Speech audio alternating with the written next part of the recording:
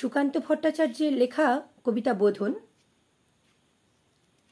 হে মহামানব, একবার এসো ফিরে, শুধু একবার চোখ মেলো এই গ্রাম নগরের ভিড়ে।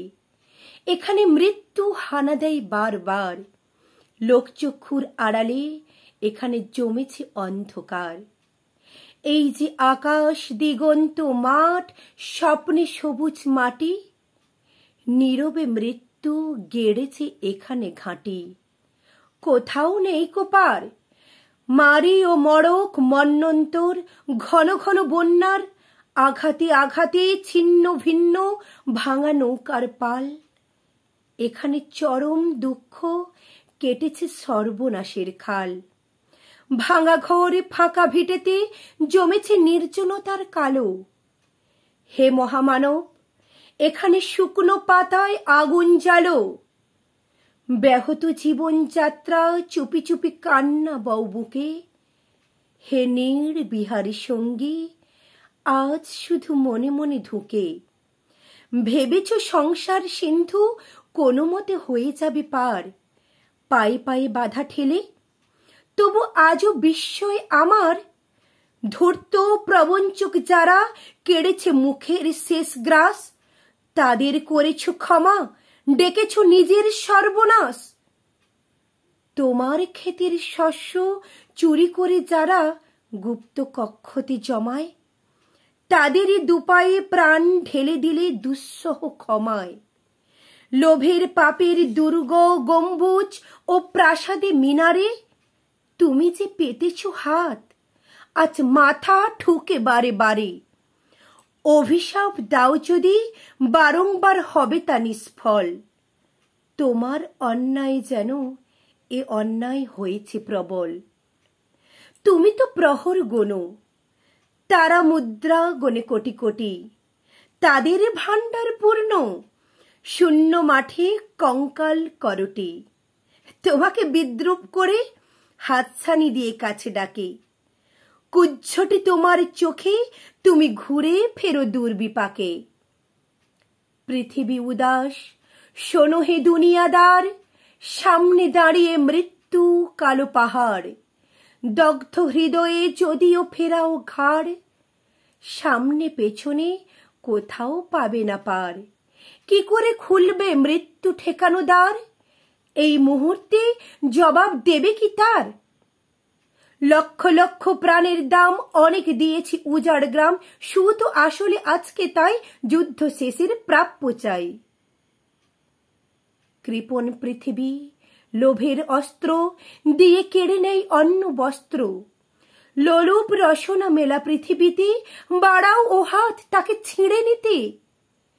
লোভের মাথায় পদাঘাত হানো, আনো রক্তের ভাগীরথী আনো। দৈত্যরাজের যত অনুচর মৃত্যুর ফাঁদ পাতে পরপর। মেলো চোখ আজ ভাঙো সে ফাঁদ, হাঁকো দিকে দিকে সিংহনাদ। তোমার ফসল তোমার মাটি, তাদের জীবন ও মরণ কাঠি তোমার চেতনা চালিত হাতে। এখনো কাঁপবে আশঙ্কাতে? স্বদেশ প্রেমের ব্যঙ্গমা পাখি মারণ মন্ত্র বলে শোনো তাকি। এখনো কি তুমি আমি স্বতন্ত্র?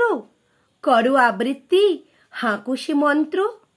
শোন রে মালিক, শোন রে মজুদদার, তোদের প্রাসাদে জমা হলো কত মৃত মানুষের হাড়, হিসাব কি দিবি তার? প্রিয়াকে আমার কেড়েছিস, তোরাও ভেঙেছিস ঘর বাড়ি, সে কথা কি আমি জীবনে মরণে কখনো ভুলতে পারি? আদিম হিংস্র মানবিকতার যদি আমি কেউ হই, স্বজন হারানো শ্মশানে তোদের চিতা আমি তুলবই। শোন রে মজুদদার, ফসল ফলানো মাটিতে রোপণ করব তোকে এবার। তারপর বহু শত যুগ পরে ভবিষ্যতের কোন জাদুঘরে নৃতত্ত্ববিদ হয়রান হয়ে মুছবে কপাল তার। মজুদদার ও মানুষের হাড়ে মিল খুঁজে পাওয়া ভার।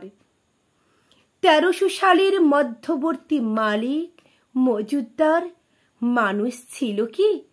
জবাব মেলে না তার। আজ আর বিমূঢ় আস্ফালন নয়, দিগন্তে প্রত্যাসন্ন সর্বনাশের ঝড় আজকের নৈশব্দ হোক যুদ্ধারম্ভের স্বীকৃতি। দুহাতে বাজাও প্রতিশোধের উন্মত্ত দামামা, প্রার্থনা করো হে জীবন, হে যুগ সন্ধিকালের চেতনা, আজকে শক্তি দাও। যুগ যুগ বাঞ্ছিত দূর দমনীয় শক্তি, প্রাণে আর মনে দাও শীতের শেষের তুষার গলানো উত্তাপ। টুকরো টুকরো করে ছেড়ো তোমার অন্যায় আর ভীরুতার কলঙ্কিত কাহিনী। শোষক আর শাসকের নিষ্ঠুর একতার বিরুদ্ধে একত্রিত হোক আমাদের সংহতি। তা যদি না হয় মাথার উপরে ভয়ঙ্কর বিপদ নামুক, ঝড়ে বন্যায় ভাঙুক ঘর। তা যদি না হয় বুঝবো তুমি তো মানুষ নও, গোপনে গোপনে দেশদ্রোহীর পতাকা বও। ভারতবর্ষ মাটি দেয়নি গো, দেয়নি জল, দেয়নি তোমার মুখেতে অন্ন, বাহুতে বল।